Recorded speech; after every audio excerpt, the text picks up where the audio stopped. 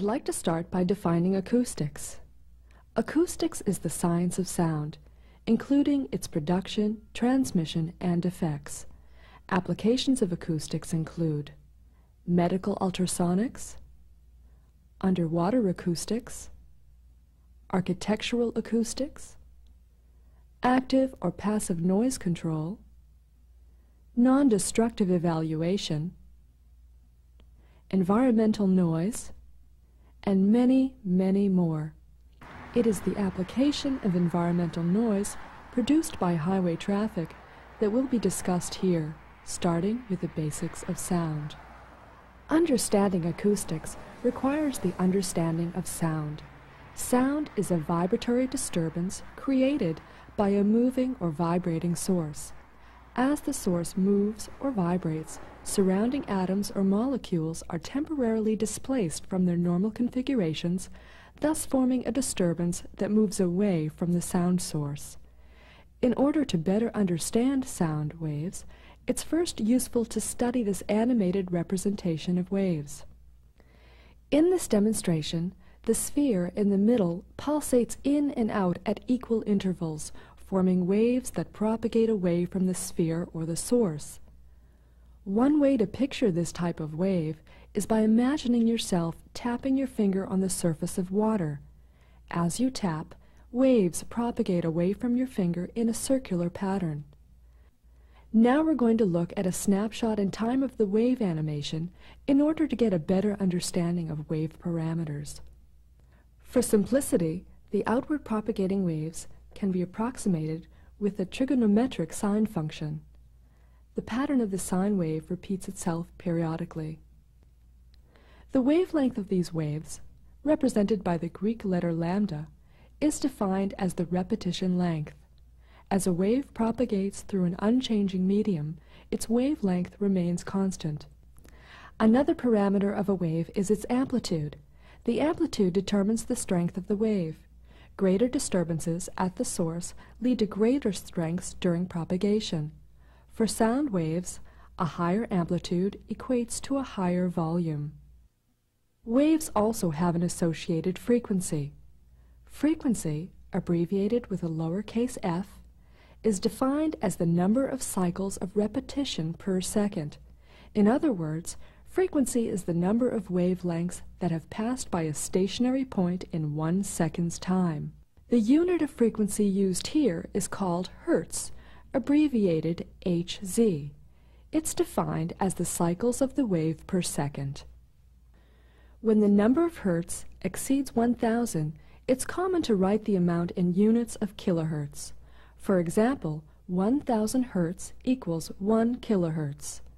Frequency is inversely proportional to wavelength.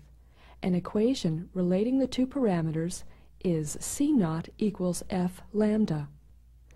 C0 is the speed of sound in the medium. In air at a temperature of 20 degrees Celsius, the speed of sound is 343 meters per second. This equation implies that longer wavelengths are associated with lower frequencies, and shorter wavelengths are associated with higher frequencies. Sound can have a single frequency component, as we earlier illustrated. Or it can have multiple frequency components at varying amplitudes, thus making each sound distinctive. This type of sound is complex. Most real-life sounds are complex. For convenience, the frequency components of a complex sound source are very often studied in terms of octave or fractional octave bands.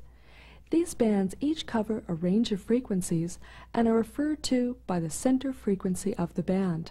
When a sound is complex, it can be called broadband because it encompasses many frequency bands. For octave band analysis, the entire frequency spectrum is divided into 1 octave bands. A list of these bands is shown in the table. The center frequency of each band is 1 octave higher than the previous band. Notice the center frequency's associated wavelengths. For the frequency of 31.5 Hz, the wavelength in air is 10.89 meters, or 35.72 feet, and for the frequency of 8,000 hertz, the wavelength is 0.04 meters, or 0.14 feet. We've used animation to help describe various wave parameters. Now that these parameters have been explained, let's look at a demonstration of how sound waves operate. Sound waves must propagate through some medium, since it's the medium's particles that support the wave. The example medium here is air. Now a source is introduced on the left side. It is producing a pure tone or single frequency sound wave in the air. The air particles are displaced as the waves propagate away from the source. The particles themselves are just oscillating back and forth, but it can be seen that the sound waves are propagating outward. As the air particles bunch up, this forms a high positive amplitude area, and when they are most spread apart, this forms an area of high negative amplitude. In their undisturbed configurations, the particles represent an area of zero amplitude. The amplitudes correspond to a change in pressure from its ambient value. This is termed the acoustic pressure. A sine wave is again shown to better understand the wave parameters. Notice how the darker areas of the acoustic wave line up with the peaks of the sine wave. We have now defined wave parameters, including frequency, and have illustrated the important characteristics of sound waves. The discussion has focused on the sound source. It's also important to understand the receiver of the sound. As an example, sound waves travel through the air and interact with the human ear. Perfect human hearing lies in the range of approximately 20 to 20,000 hertz. Frequencies below 20 hertz and above 20 kilohertz are heard by other living creatures but not by humans. 20 to 20,000 hertz is called the audible sound range. Infrasound includes frequencies below 20 hertz. And ultrasound includes frequencies above 20 kilohertz. In order to connect frequencies with sounds we recognize, let us first listen to the piano. A piano covers a frequency range of 55 to 8,360 hertz.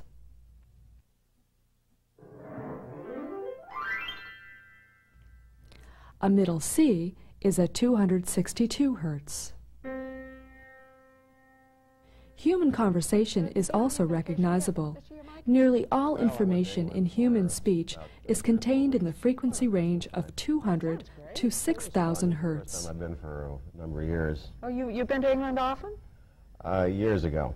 Uh-huh. Some family from England. It should also be noted that human hearing is most sensitive between about 1 and 6.3 kilohertz. Now that we better understand sound, it's suitable to introduce a more subjective part of sound, noise. Although sound can be measured as a physical quantity, noise requires the judgment of a human listener. Noise is defined as any unwanted sound. Unwanted sound may be defined differently depending on the listener. However, several types of noise are understood to be objectionable. These types include highway traffic. This type of noise will be discussed later in the presentation.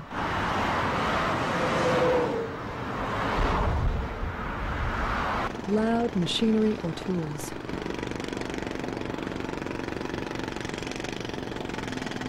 And aircraft.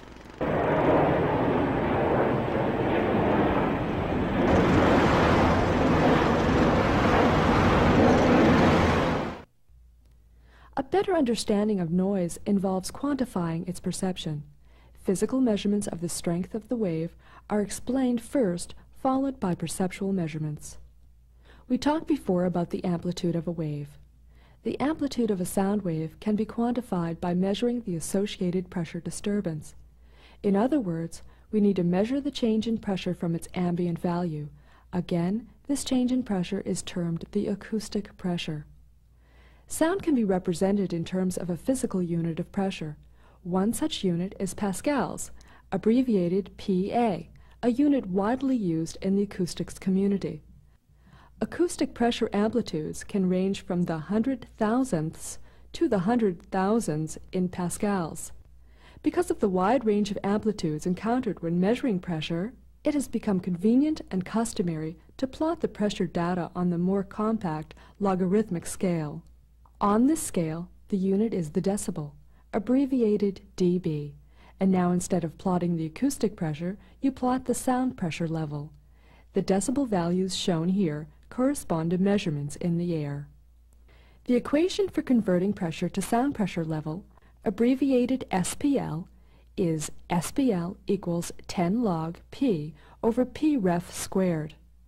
In this equation, P is a time averaged pressure, and P ref is the reference pressure, a quantity that depends on the medium in which the sound wave is propagating. In water, P ref equals 1 times 10 to the negative 6 pascals, which equals 1 micropascal. In air, P ref equals 20 micropascals. This is the pressure value which represents the threshold of unimpaired human hearing for a 1 kilohertz tone. In other words, the quietest audible sound at that frequency. To get an idea of how pressure and sound pressure level relate, here is an example calculation where air is the supporting medium. We have an acoustic pressure level of 0.036 pascals. The sound pressure level is then calculated to be about 65 decibels. This is the approximate sound pressure level for normal conversation. That sounds great. It was fun. It was the first time I've been for a number of years. Oh, you've been to England often? Years ago. Uh-huh. Some family from England. Of course. Here are other examples of sound levels starting with a very quiet sound and working our way up. A quiet suburban neighborhood will exhibit an average sound level of about 40 decibels.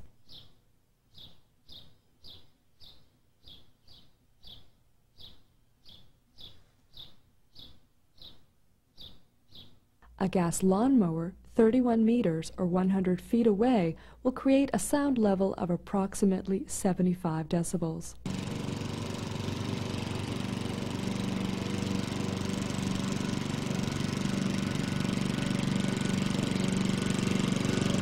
A diesel truck 15 meters or 50 feet away, traveling at highway speeds, will achieve a maximum level of 85 decibels.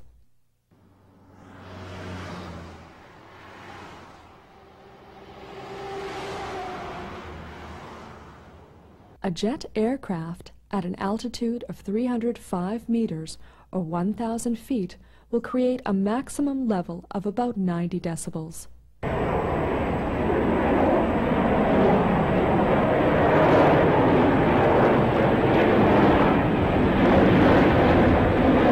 The threshold of pain for humans is between 130 and 140 decibels. The sound pressure level is often represented by a capital L. We will now use L to help explain the combining of sound pressure levels.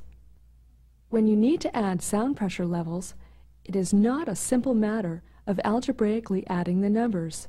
80 dB plus 80 dB does not equal 160 dB.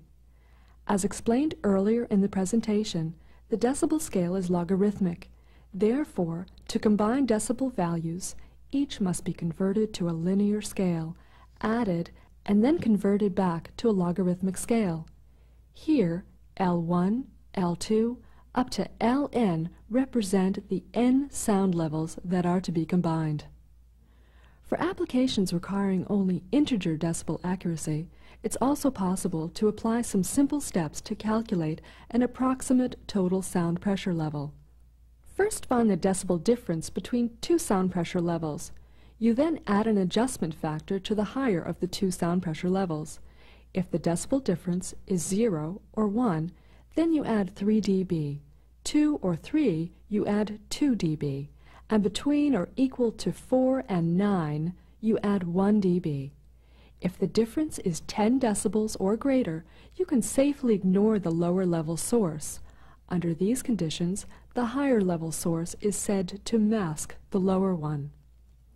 Here's an example combining three sound pressure levels. The typical procedure is to combine the smallest values first, then work your way up. So we start by combining the 80 decibel levels. Their difference is 0, so we add 3 dB to 80 dB to get 83 decibels. Then the difference of 83 dB and 90 dB is 7, so we add 1 dB to 90 dB for a grand total of 91 decibels. Now that we understand how to quantify sound, we can move on to its perception. A sound's loudness is a subjective rather than an objective description of noise. It all depends on how the sound is perceived for a particular individual. When researchers determined there was a need to find a relationship between the sound pressure level of a noise and its subjective loudness, several experiments were performed. As a result of extensive human testing, objective descriptors of loudness were constructed and applied to human perception. We can take a look at examples of descriptive changes in perception and their corresponding sound level changes. When the sound pressure level increases or decreases, some humans in a normal living environment can detect a loudness change if the sound pressure level is altered by 3 dB or more. A change of 1 or 2 decibels will usually go unnoticed. A 5 dB change, on the other hand, can easily be detected by most people. Also, sound will be perceived as being twice as loud if the decibel level increases by 10 dB, or will be half as loud if decreased by 10 dB, and it's common to perceive a 20 decibel change as 4 times as loud or 1/4 as loud. Here's an example of a sound becoming twice as loud. We start with the first sound, complex noise.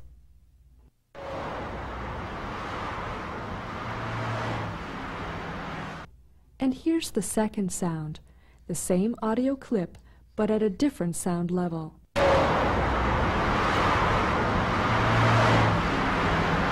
The second audio clip should sound twice as loud as the first. There was a 10 decibel difference. Listen to the sounds again.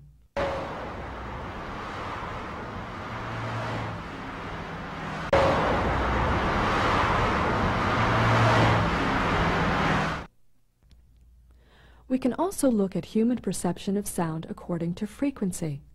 Remember from before that the audible sound range for humans is from 20 to 20,000 hertz. This is shown plotted on a logarithmic scale. Even though perfect human hearing lies in this range, we do not hear equally well at all frequencies. Earlier it was stated that human hearing is most sensitive in the range of about 1,000 to 6,300 hertz. To describe sound levels in a manner which closely approximates normal human hearing, the actual sound level measurement is modified by applying A weighting. A weighting is a response function that spans the audible frequency range. This weighting assigns to each frequency a weight that is related to the sensitivity of the ear at that frequency. Frequencies to which the human ear is less sensitive are weighted less than those to which the ear is more sensitive. The A weighting curve emphasizes frequencies in the 1,000 to 6,300 hertz range and de-emphasizes frequencies out of that range. This is the A weighting plot in tabular form for octave bands. For each center frequency shown, a dB adjustment value is given. For example, for the 125 Hz octave band, a negative 16.1 dB adjustment should be applied. The 500 Hz band requires a negative 3.2 dB adjustment. The 1000 Hz band, which can be thought of as the reference frequency for A weighting, has no adjustment, and the 2000 Hz band requires a positive 1.2 dB adjustment in sound pressure level.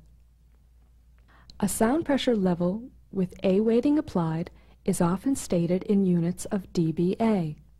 The A-weighted sound level is the most widely used measure of environmental noise and is internationally accepted. Noise can be a steady, continuous sound, or it may tend to fluctuate between intensely loud and quieter periods. An example of the latter is the noise produced by road traffic. It peaks with the passage of a heavy truck and will have quiet intervals when there is little or no traffic.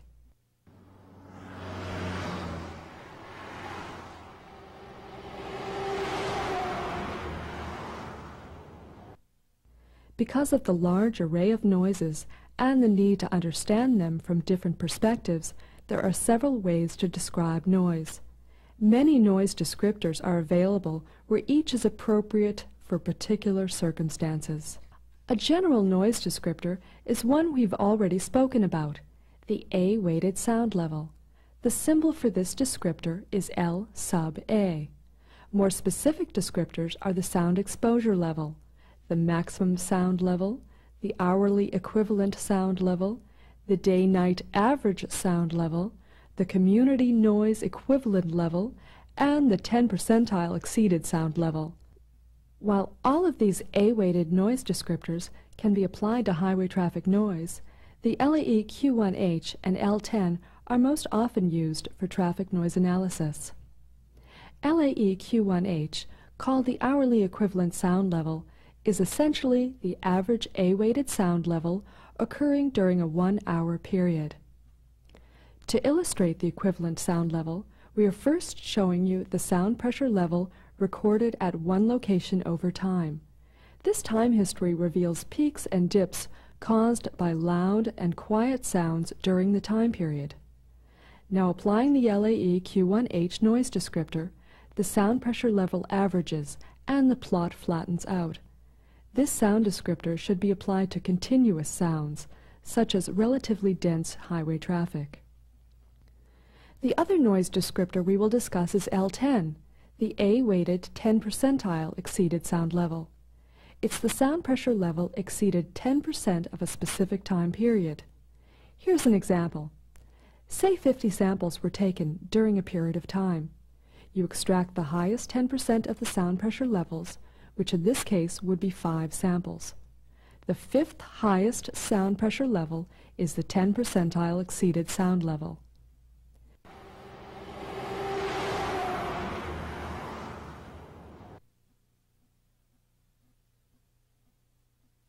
In the first part of this video, we discussed the basics of acoustics and reviewed some common noise descriptors which can be applied to highway traffic noise. Now we're going to move on to the acoustics involved in highway traffic noise. This includes the noise source, or the vehicles driving on the highway, the receiver of the noise, or the people in nearby communities, and the propagation path of the sound as it travels from the source to the receiver. Let's first talk about the sound source. We'll describe 2 basic sound source types and the relationship to highway traffic noise. A point source is defined as a source that's essentially concentrated at a single point from which noise propagates outward in all directions. In other words, sound radiates spherically from a point source. The sound levels measured from a point source decrease at a rate of 6 dB per doubling of distance. This is a decrease due to spherical spreading. A line source radiates sound cylindrically. It can be composed of multiple point sources arranged on a line located at a perpendicular distance relative to the observer. The sound levels measured from a line source decrease at a rate of 3 dB per doubling of distance. This is a decrease due to cylindrical spreading. 2 theoretical sound source types have been described. But what about actual noise generated from a highway? Well, we can consider highway traffic noise as a line source or as point sources, depending on the traffic density and the listener's proximity to the highway. Individual vehicles act as point sources. Categorizing vehicles into several different groups is important to predicting noise levels. Vehicles are typically divided into these categories: automobiles, which includes all vehicles having 2 axles and 4 tires, designated primarily for transportation of 9 or fewer passengers or for transportation of cargo. Medium trucks, which includes all cargo vehicles with 2 axles and 6 tires. Heavy trucks, which includes all cargo vehicles with 3 or more axles. Buses, which includes all vehicles having 2 or 3 axles and are designated for transportation of 9 or more passengers. And motorcycles, which includes all vehicles with 2 or 3 tires with an open-air driver and/or passenger compartment. In general, the loudest vehicles are in the heavy truck category. As an example, at a distance of 15 meters or 50 feet, a single heavy truck traveling at normal highway speeds can produce a maximum sound level of around 85 dBA. The quietest vehicles are in the automobile category. For the same conditions as the example heavy truck, the maximum sound level of the automobile is around 75 dBA. The major noise sources in vehicles are, for trucks, the exhaust stack, and for all vehicles, the engine and tire pavement interaction. The sound levels of individual vehicle noise are influenced by how fast the vehicle is traveling. Whereas individual vehicles are here considered as point sources, highway traffic can be considered a line source. It is composed of several vehicles or point sources closely spaced. A community is a sufficient distance from the highway to see highway traffic as a line noise source. This implies that for highway traffic noise, the sound decreases due to cylindrical spreading at a rate of 3 dB per doubling of distance away from the road. Highway noise studies are born out of concern for people. People exposed to highway noise include those who live, go to school, or work in surrounding communities, or people who actually work on the highway itself. The concern lies in their safety and well-being. The most obvious negative effect of noise is physical damage of hearing. Transportation noise levels experienced by communities and the general public, however, are normally not high enough to produce hearing damage. Other effects are the interference of noise with certain activities, such as sleeping, relaxation, study, or conversation. Although most interruptions by highway noise can be considered merely annoying, some may be considered dangerous. An example of this is the inability to hear warning signals or verbal warnings in situations involving workers next to a noisy highway. Less obvious, but nevertheless real, are the stress effects of noise.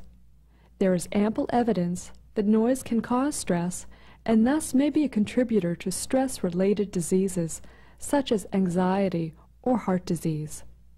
The path the sound takes when traveling from the source to a receiver can be quite complicated when taking into account ground reflections, obstructions, and meteorological effects. The received sound level depends heavily on these parameters. We can start by talking about a simple propagation path, the path going directly from the source to a receiver.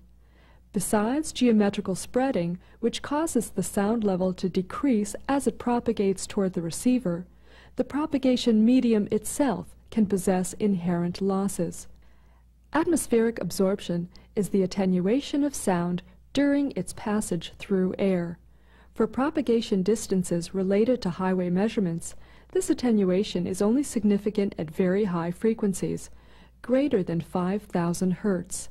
It is, in general, small compared to attenuation caused by other propagation mechanisms and can usually be neglected. Meteorological conditions can also affect the direct propagation path.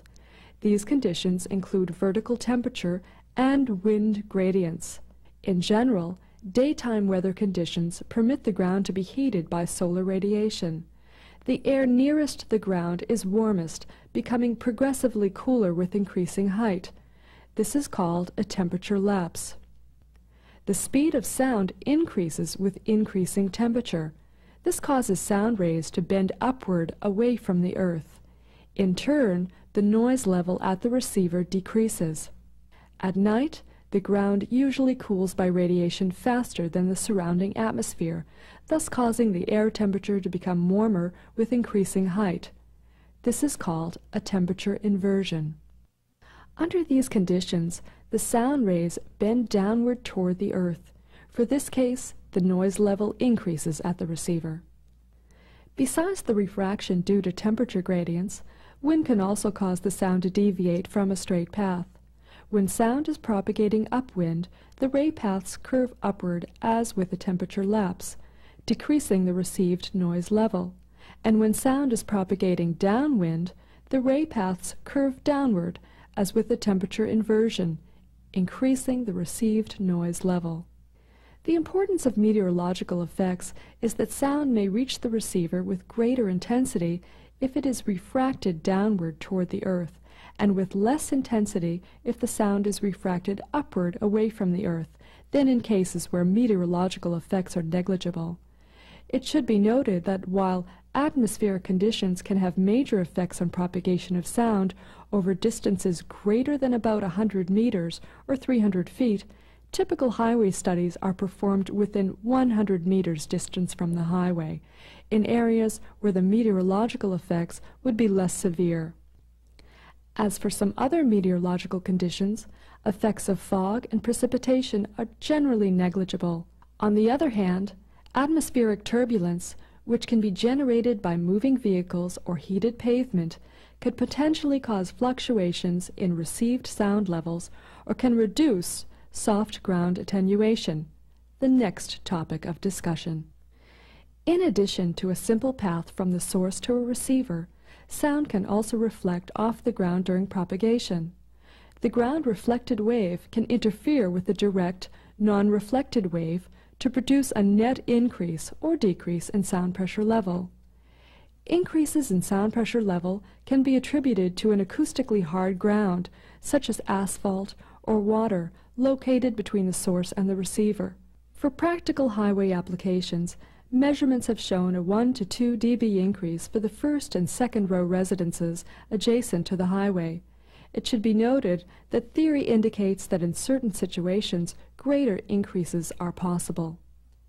An acoustically soft ground, such as grassland, plowed earth, or snow, can cause a significant broadband attenuation, except at low frequencies. As a general rule of thumb, for each doubling of distance, the soft ground effect attenuates the sound pressure level at the receiver by 1.5 dB. This extra attenuation applies only to incident angles of 20 degrees or less. For greater angles, the ground becomes a good reflector and can be considered acoustically hard. Another consideration when discussing ground reflections is the terrain geometry. Sound may encounter terrain that's not flat, but rather terrain with small hills. For a downwardly curving ground, the sound rays stray away from the ground's surface. For an upwardly curving ground, the sound rays are forced to encounter the ground's surface. We have so far discussed several aspects of the sound propagation path, and have now arrived at the last topic covered in this presentation: obstructions in the propagation path. Natural terrain features, such as hills and dense woods, as well as man-made features, such as buildings and walls, obstruct the sound path between source and receiver, and in most cases reduce or attenuate noise levels for nearby receivers. The amount of attenuation provided by these objects depends on the size of the object and frequency content of the associated noise source. The term noise barrier refers to any large object that blocks the line of sight between source and receiver, including the ground itself if it protrudes upward through the line of sight. A noise barrier is commonly a wall or earth berm specifically constructed for the purpose of noise reduction. This type of obstruction is the most commonly used traffic noise abatement measure. When sound encounters a barrier, there are 3 possible paths it takes: diffracted over or around the barrier, transmitted through the barrier, or reflected by the barrier. The diffracted sound is the most important path that reaches the receiver located on the other side of the noise barrier. This is the sound that bends over the top of the barrier into the barrier's noise shadow. The frequency content of the sound is important. As discussed earlier, there's a direct relationship between the frequency and wavelength of sound. Lower frequencies have longer wavelengths, and higher frequencies have shorter ones. As a result, diffraction is not uniform over all frequencies. Longer wavelengths that approach the barrier height easily bend over the top of the barrier right down to the receiver, whereas shorter wavelengths bend just slightly over the top, not reaching the receiver. Diffraction also occurs around barrier ends. In these instances, it's usually only important for receivers close to the end of a barrier. The noise shadow behind a barrier is not very well defined, much different than a shadow in optics. When light hits a barrier, there's a well-defined region of darkness or light absence behind the barrier. For sound, the shadow must be considered an area of noise reduction rather than an area of noise absence. The deeper or closer to the base of the barrier a receiver is positioned in the shadow zone, the greater the associated barrier attenuation. Barrier attenuation is usually represented by the more standardized term barrier insertion loss. Barrier insertion loss is defined as the sound level at a given receiver before the construction of a barrier minus the sound level at the same receiver after the construction of the barrier. The construction of a barrier usually results in a partial loss of soft ground attenuation, a loss apparent when compared to the no barrier case. This is due to the barrier forcing the sound to take a higher path relative to the ground plane. Physically, barrier insertion loss is the net effect of barrier diffraction, combined with this partial loss of soft ground attenuation. Another way sound from the source can reach the receiver on the other side of the barrier is by a rather direct, although obstructed, path. When the incident sound hits the barrier, some of the acoustical energy can be transmitted through the barrier material and continue to the source. The amount of transmission depends upon factors relating to the barrier material, such as the weight, stiffness, or loss factors, the angle of incidence of sound, and frequency spectrum of sound. The amount of sound reduction during transmission is called the transmission loss. Typically, the transmission loss improves with increasing weight of the material. Most common materials used in barrier construction provide a transmission loss of 20 dB or better. For materials such as concrete or masonry blocks, the transmission loss values are more than sufficient, exceeding 30 dB. In other words, the sound energy transmitted through these barriers is reduced by 30 dB, rendering it effectively negligible when compared with the diffracted sound. As a general rule, the transmitted sound must be at least 10 dB lower as compared to the diffracted sound in order for it to be ignored. The remaining noise is either absorbed by the noise barrier material or reflected. The ability of a barrier surface to absorb incident sound energy is characterized by its noise reduction coefficient, abbreviated NRC. Noise reduction coefficient values are based on an average of absorption coefficients at individual frequencies and theoretically range from 0 to 1. 0 indicating that the surface is totally reflective, or that there's no absorption, and 1 indicating that the material is totally absorptive. NRC values for an absorptive barrier generally range from 0.6 to 0.9. A reflective barrier surface can cause noise to affect receivers on the opposite side of the highway. It is a common perception among such communities to hear a difference in the sound after the barrier is installed. Although theory indicates greater increases for a single reflection, practical highway measurements commonly show a 1 to 2 dB increase in sound pressure level from the no barrier case due to the sound reflected off the opposing barrier. Such increases can be considered typical for the first and second row residences. While this increase may not be readily perceptible, residents on the opposite side of the highway may perceive a change in the quality of the sound. The signature of the reflected sound may differ from that of the source due to a change in frequency content upon reflection. If we have parallel barriers instead of just a barrier on one side of the highway, the situation becomes much more complicated. For parallel barriers, sound may reflect back and forth across the roadway many times before ultimately progressing outwards toward nearby receivers. The multiple reflections increase the sound level at nearby receivers and can reduce insertion loss provided by either wall alone by 2 to 6 dB.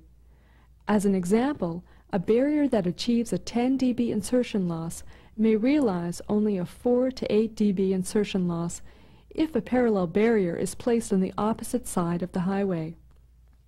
The reduction in barrier effectiveness due to multiple reflections from parallel barriers or retaining walls is called parallel barrier degradation. Research has shown that as a general rule, if the ratio of roadway width to average height of the parallel barriers is 10 to 1 or greater, the parallel barrier degradation is less than 3 dB. Remember that decibel changes less than 3 are typically not perceivable. Solutions to parallel barrier degradation include 1. Applying absorbing material to the face of the barrier, and 2. Tilting the barrier out away from the highway. When tilting a barrier, one must consider tall structures on the opposite side of the highway so as not to adversely affect them with the reflected sound. Several design considerations need to be addressed when constructing a barrier. Following is a brief discussion of some of the acoustical design parameters. As a general rule, a wall that breaks the line of sight between the source and receiver provides 5 dB attenuation. Thereafter, you can achieve about a half dB attenuation per incremental foot of height, or 1.5 dB attenuation per meter. Breaking the line of sight with a barrier and getting the 5 dB reduction is simple. With this, you can achieve a 68% reduction in acoustic energy, which equates to a 30% reduction in loudness. The actual insertion loss for such a barrier could be less than 5 dB because of the partial loss of acoustically soft ground attenuation as discussed earlier. It is also usually quite feasible to achieve a 10 dB reduction using walls or berms of reasonable height. Here you would get a 90% reduction in acoustic energy and a loudness reduction of 50%. Greater barrier noise reductions are not so easily attainable. A 15 dB reduction would be very difficult, and a 20 dB reduction would be nearly impossible. Noise barriers are usually designed with an insertion loss goal of 10 dB in mind. Remember that insertion loss includes the barrier reduction and the partial loss of ground attenuation. Actual barrier insertion losses of between 6 and 8 dB are quite common. Also, keep in mind that a barrier will provide no insertion loss until its attenuation exceeds any loss of excess ground attenuation due to construction of the barrier. Besides obstructions that are specifically constructed for noise abatement, other large objects can interfere with sound propagation. Specifically, we are referring here to rows of buildings or large areas of dense foliage. Buildings refer to houses, offices, apartments, and other similar structures. For rows of buildings, the amount of noise reduction varies with building sizes, their spacing, and site geometry. Typically, 4.5 to 5 dB attenuation is attainable for the first row of buildings, and an additional 1.5 dB for each subsequent row, up to a maximum of about 10 dB.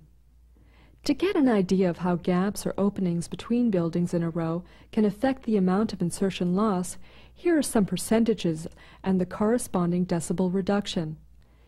If 40 to 65% of the first row is occupied by buildings, the expected insertion loss will be about 3 dB.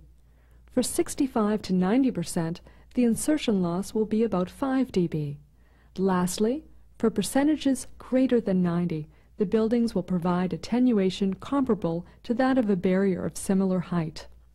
In addition to constructed noise barriers and rows of buildings, areas of dense foliage can provide attenuation. Such attenuation is caused by sound scattering into the sky from trunks and limbs, affecting the middle frequencies. And leaves, affecting very high frequencies. Sound absorption by leaves is generally not substantial. In addition, some low-frequency attenuation results from ground attenuation within the wooded area, where the roots of underbrush produce acoustically absorptive soft ground. To achieve any substantial amount of attenuation due to foliage, such as trees and bushes, foliage must be at least 30 meters or 100 feet deep. In other words, a strip of 30-meter width, and dense enough to block the line of sight between source and receiver. Further, the foliage area should have a height that extends 5 meters or 16 feet above the line of sight. Typically, as much as 5 dB attenuation is attainable. If the foliage area is doubled in width to 60 meters or 200 feet, or extended beyond that, a reduction of 10 dB, but no greater, is attainable. Theoretically, using foliage to reduce the noise in communities surrounding highways is appealing. However, foliage of sufficient width and density to reduce noise is not usually found along highways. Vegetation planted as part of a highway project will not provide noise abatement. Phew, that was an earful. This presentation has highlighted some of the basics of acoustics and highway traffic noise. Of course, many details beyond what was covered here must be taken into account to accurately describe the sound in our communities. There are ongoing studies in this field of acoustics, and we can look forward to progress in years to come.